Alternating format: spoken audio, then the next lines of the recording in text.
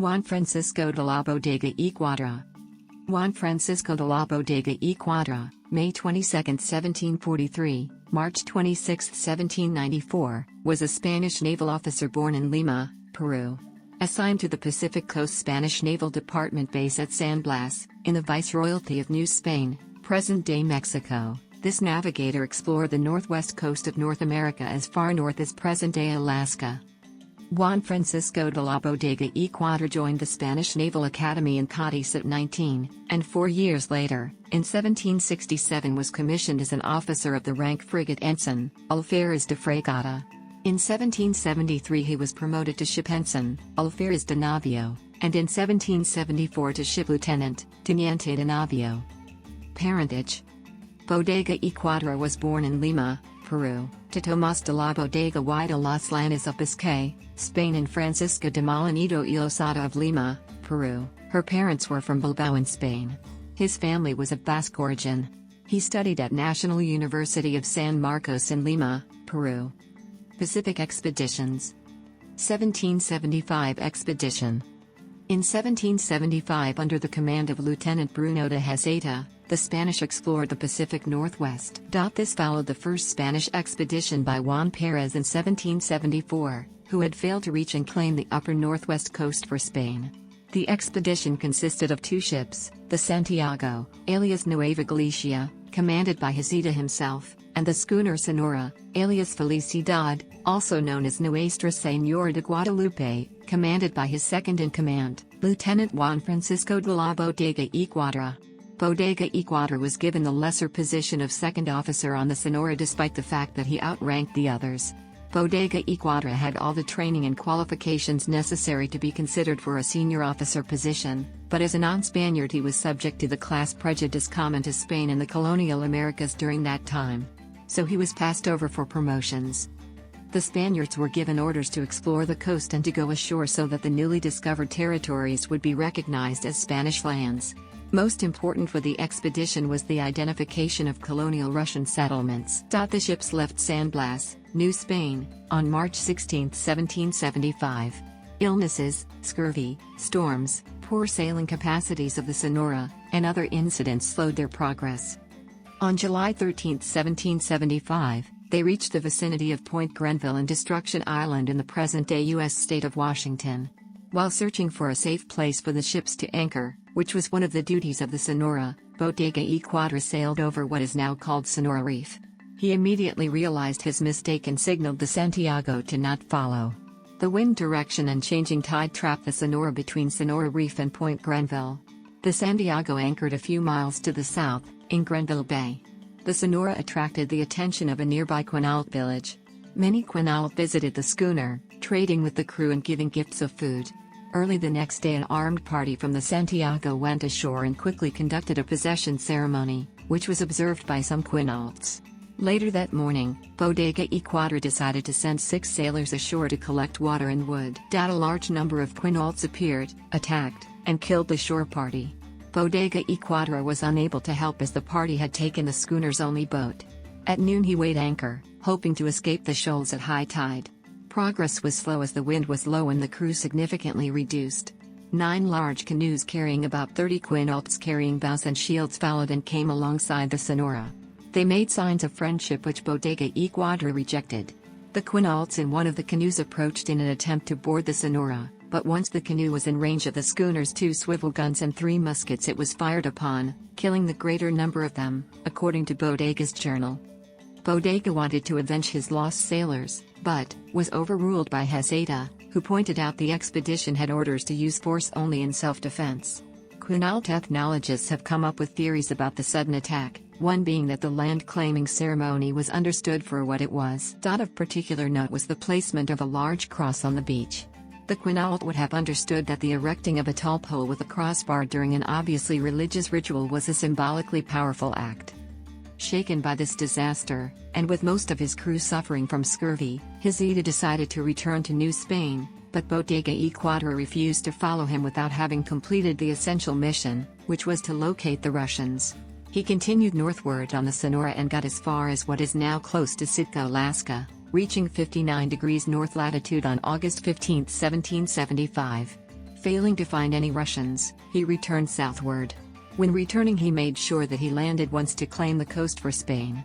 This expedition made it clear to the Spanish that the Russian colonization did not have a large presence in the Pacific Northwest. Bodega y Quadra was able to draw for the first time a reasonably accurate map of the west coast of North America. 1779 expedition. On February 11, 1779, the corvettes Princesa and Favorita, under the command of Lieutenant Ignacio de Arteaga and his second-in-command, Lieutenant Bodega y Quadra, left San Blas again.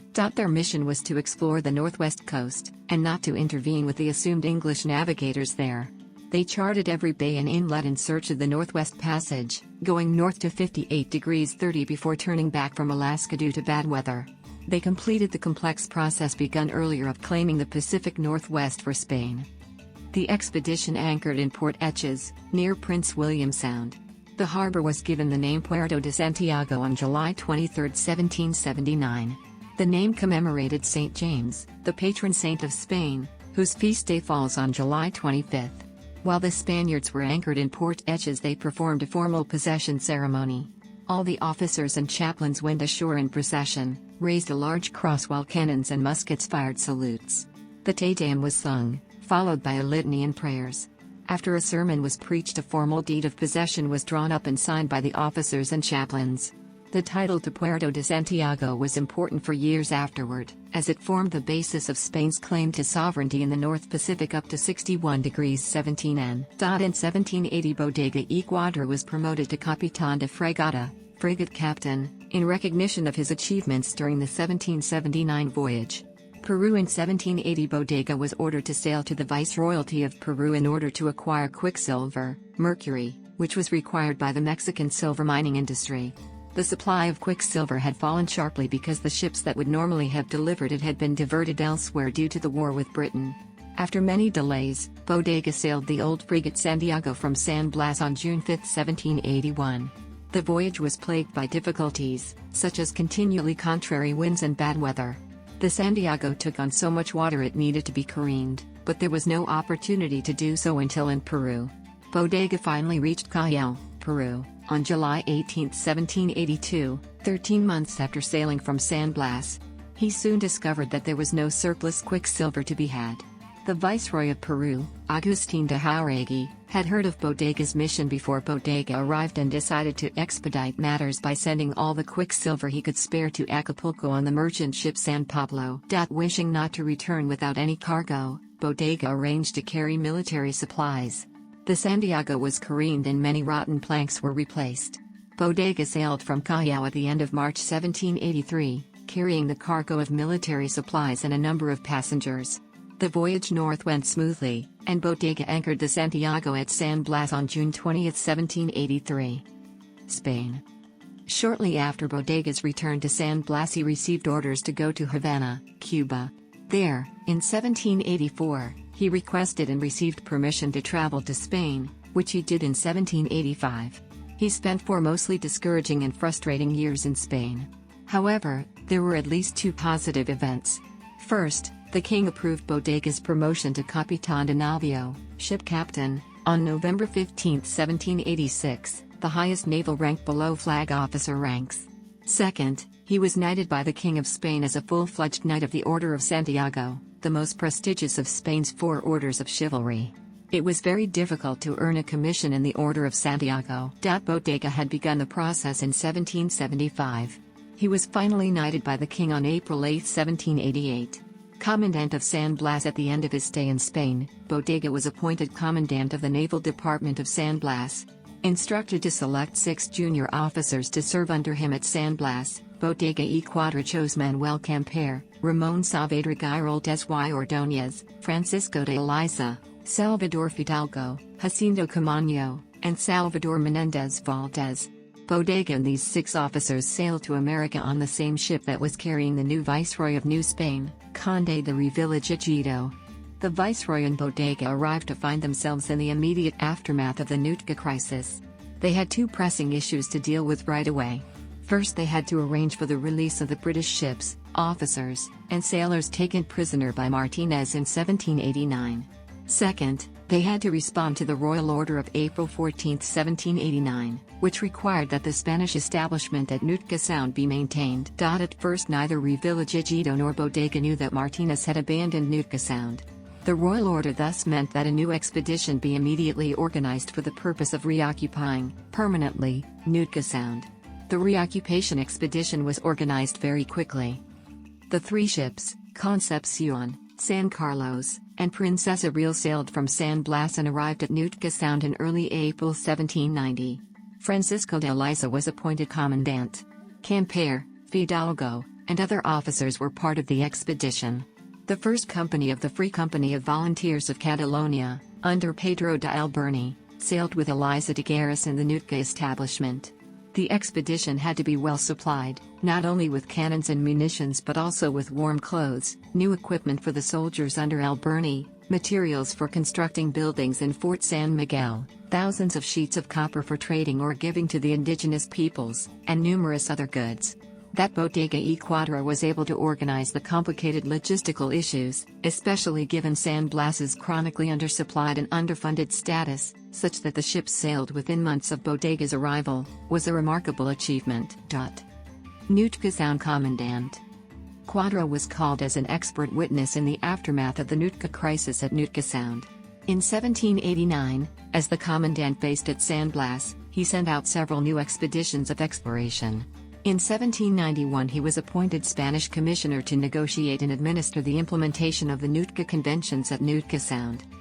As commandant of the Spanish establishment at Nootka, Bodega made a point of hosting and entertaining every visitor, indigenous and European. He held feasts for the officers of every ship that arrived at Nootka Sound, including the French fur-trading ship La Flavie, the Portuguese ship Feliz Aventurera, actually a British ship masquerading as Portuguese, the American ships Columbia, under Robert Gray, and Hope, under Joseph Ingram, Vancouver ships HMS Discovery and Chatham, and a number of others. The journals of many people who visited Nootka Sound during the summer of 1792 record amazement at the grandeur of Bodega's dinners, especially at such a remote part of the world, at which over 50 people would be served many courses on Bodega's personal collection of about 300 pieces of silver dinnerware. Bodega also provided ship repair services to any vessel needing them. A number of ships, including the Chatham, were careened and repaired by Spanish workers. Island of Quadra and Vancouver. In August 1792, Bodega welcomed English Captain George Vancouver. The two commanders swiftly established friendly relations, including joint explorations and the sharing of supplies and information. Vancouver provided the services of his surgeon, Archibald Menzies, to help Quadra with increasingly serious headaches. During their meetings, Bodega y Quadra asked Vancouver to name some port or island after us both. However, Bodega wrote in his journal that it was Vancouver who made the suggestion. Since Vancouver had determined that the land upon which Nootka stood was a great island, he proposed that they name it Quadra's and Vancouver's Island, would name some port or island after us both in commemoration of our meeting and friendly intercourse that on that occasion had taken place. Vancouver had previously fated Quadra on his ship, and conceiving no place more eligible than the place of our meeting, I have therefore named this land, the Island of Quadra and Vancouver. It was thus entered upon the explorers' charts, but this name was later shortened to Vancouver Island. However, the two commanders were unable to reconcile the conflicts in the instructions from their respective governments. At issue was whether the Spanish were to hand over only the small plot of land actually built upon by the adventurer John Meares, or the entire west coast, or something in between. It is scarcely contested that Meares had exaggerated the extent of his discoveries. However, Bodega y Quadra was handicapped by uncertainties as to how far his superiors wished to maintain Spanish sovereignty in a part of the world that had limited strategic value. He improvised and by chance pressed for exactly the condition that both the king and viceroy later communicated to him. Vancouver was likewise handicapped by a lack of instructions. He stuck by a strictly literal interpretation of Article I of the Nootka Convention. Having reached an impasse, the two agreed to refer the points at issue back to their respective governments in Madrid and London. Quadra arranged passage for Vancouver's envoy, William Robert Broughton, through Mexico. Viceroy Revillagigedo chastised Bodega for allowing Broughton passage through New Spain. Eventually, Spain and Great Britain signed an agreement on January 11, 1794, in which they agreed to abandon the region, the Third Nootka Convention. Death. After suffering from chronic headaches for several years, in April 1793 Bodega y Quadra requested a leave from his duties to restore his health. It was granted and he left San Blas for Guadalajara and Mexico City. He suffered a strong fluxo de sangre, blood loss or hemorrhage, in Guadalajara. He had a seizure in Mexico City and died there on March 26, 1794, at the age of 50. The internist Dr. John Nish has conjectured that Bodega y Quadra's death was the result of either a brain tumor or the severest form of hypertension. Given the lack of details and the imprecision contemporary diagnosis and description, Viceroy Revillagigedo's official statement that Bodega died of natural causes is indisputable. When George Vancouver, at Nootka Sound again in September 1794, learned of Bodega's death, he wrote in his journal, "Grammar and misspellings from the original." Quote, vertical bar text equals the death of our highly valuable and much esteemed friend Senor Quadra, who in the month of March had died at St. Blas, universally lamented.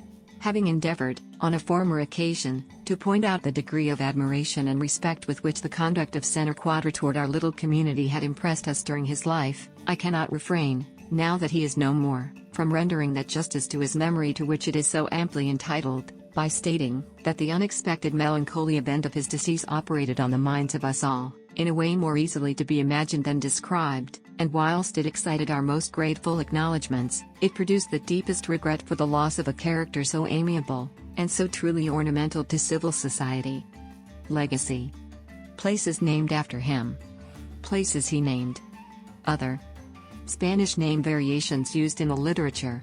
Spanish name variations used in the literature. Spanish name variations used